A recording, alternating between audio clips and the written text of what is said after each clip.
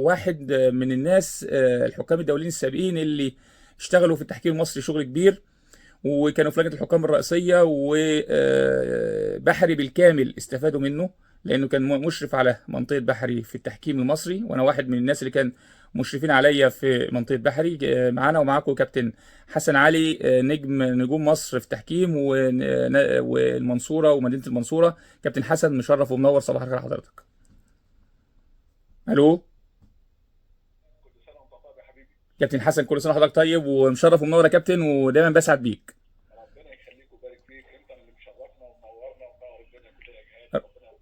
كابتن حسن، ما ينفعش خبرات كبيره زي حضرتك وبنتكلم عن التحكيم عموما وما اسمعش راي حضرتك الاول في التحكيم المصري، سواء كاس الناس اللي شرفونا في كاس او التحكيم في الدوري المحلي.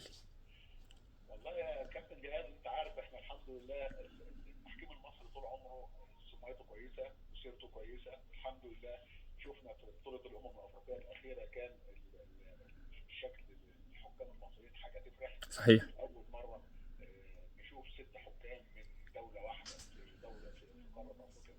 صحيح.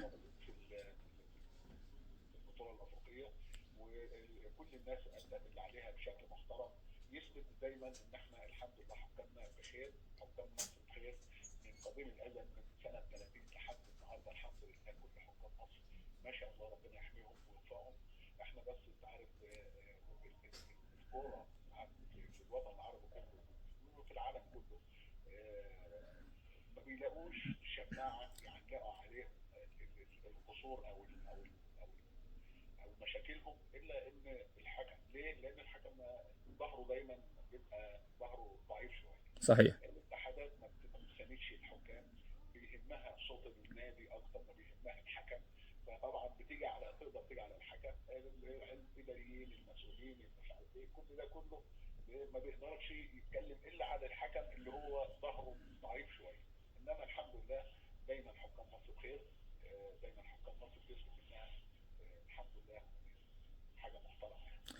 كابتن حسن، ما ينفعش حضرتك تبقى معايا وما اسالش السؤال اللي دايما اساله، يعني واحنا محتاجين خبير اجنبي يدير التحكيم المصري.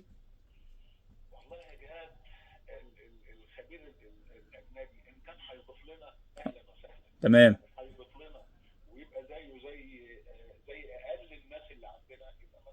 صحيح.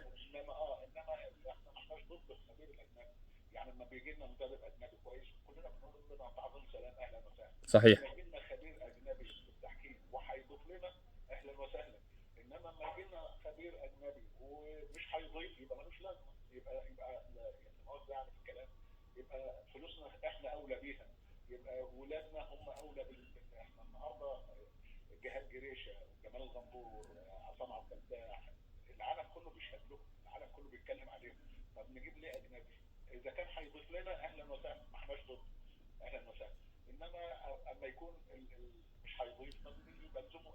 صحيح يا كابتن. كابتن حسن، يعني ما ينفعش ابقى في رمضان مع حضرتك وما اسالكش، وانت سنين كتيره شلت الدوري المصري كحكم دولي كبير وصلت وقلت في جميع الملاعب المصريه في الدوري المصري. فكرنا كده في ذكريات رمضان معاك وانت حكم.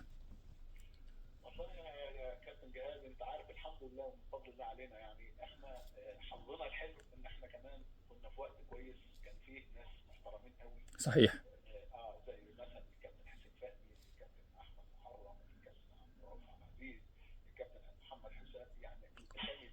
قامات كبيره. ايوه. صحيح. صحيح.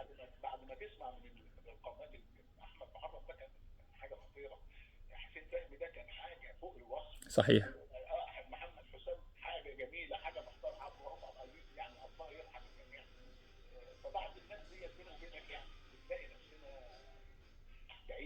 صحيح.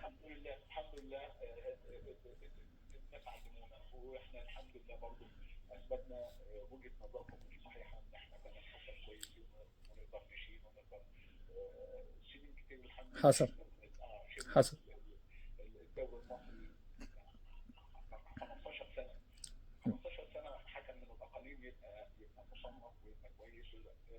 مش سهل. مش سهل.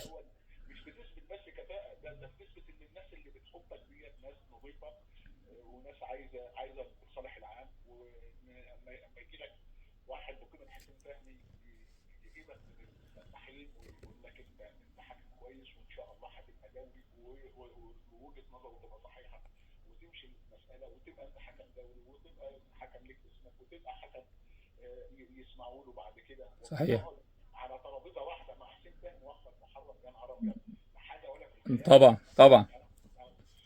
الحمد لله والشكر لله. واحنا لا يعني انت واحد من الناس لما قالوا لنا ان في حكم صغير لسه درجه ثانيه من الغربيه اسمه جهاد بيقولوا كويس، كنت انا في الوقت ده لسه مبطل.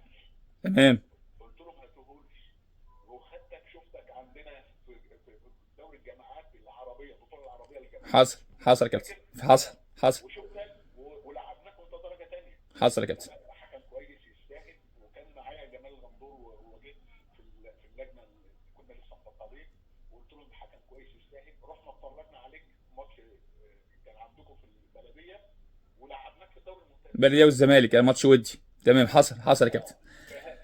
فالحمد لله ما دام مفيش مصلحه، وان انت عايز المصلحه العامه وعايز انك تشوف حد كويس تقول ده كويس ولازم ياخد حقه، هي ديت اللي احنا اتعلمناه، وهو ده اللي المفروض يبقى موجود في التحكيم. تمام يا كابتن حسن. كابتن حسن، مره حكمت ماتش في رمضان وانت صايم وتمنيت الماتش يخلص بقى، انا عطشت وجعان وعايز يعني اليوم صعب، والاحداث دي ما مرتش عليك، واكيد في تاريخك مر ده. اتفضل. مره بس المره اللي انا مش ناسيها اه. ان دي حصلت. كنت في جنوب افريقيا بلعب غانا وجنوب افريقيا وغانا، تمام. وبعدين هناك الوقت مختلف، وبعدين كنا بنلعب هناك الظهر، والظهر ده بالنسبه لنا هنا يبقى العصر. اه. فاحنا بنظبط نفسنا بقى على المواعيد دي. يا عم يلا خلصونا الماتش اللي مش عايز يخلص ده. انما يعني من الحاجات الذكريات الجميله اللي الواحد ما ينساهاش يعني. وبرضه ربنا يسهل طبعا، وبين الشوطين نشرب ميه. خلاص بنكسر بقى صيامنا بين الشوطين، وبعد الماتش نقعد ناكل ونشرب وبتاع في اوضه اللبس واحنا لسه بنقوم التحكيم. ايام جميله والحمد لله. كابتن حسن، انت حاجه جميله وحاجه مشرفه، وانا واحد من الناس بسعد دايما لما بسمع صوتك. وحضرتك قامه من قامات التحكيم المصري، سواء كنت حكم قبل كده، سواء كنت مسؤول في لجنه الحكام الرئيسيه، فانت دايما مشرف ومنور يا كابتن حسن. ربنا يخليك يا كابتن جاد، انت كمان ابن عزيز عليا جدا جدا. بشرف ليا. انا دايما بفتخر بقول ان انا شفت جهاد ده وهو لسه درجه ثانيه ولعبناه، شفت محمود البنا وحطينا اسمه من ضمن الناس صحيح. اللي هتبقى كويسه، صحيح. شفنا محمود ناجي وقلنا هيبقى كويس وبقى كويس. بصمات كبيره يا كابتن، بصمات كبيره في تحكيم مصر. الحمد لله والشكر لله. وجهه النظر كانت سليمه. الناس الكبار لما قالوا علينا ان احنا ممكن يعني بنفهم شويه في التحكيم كان عندهم حق، لان احنا الحمد لله اثبتنا بعد كده ان احنا مالناش مصلحه مع حد، وسيرتنا الحمد لله زي ما انت عارف. لا الحمد لله والشكر حاجه لله. محترمه جدا يا كابتن حسن. ربنا يخليك يا كابتن، ونسعد بيكم ونفرح ان احنا ان انتوا ربنا يكرمكم ويوفقكم وتردوا لولادنا وربنا يوفقهم، والحمد لله. ومتشكرين جدا يا جماعه. كابتن حسن، كل سنه وحضرتك طيب، ورمضان كريم على حضرتك والاسره كلها، ودايما مشرف ومنور يا كابتن. ربنا يخليك. شكرا جزيلا لحضرتك، شكرا جزيلا. اتفضل يا جماعة. طيب يا كابتن.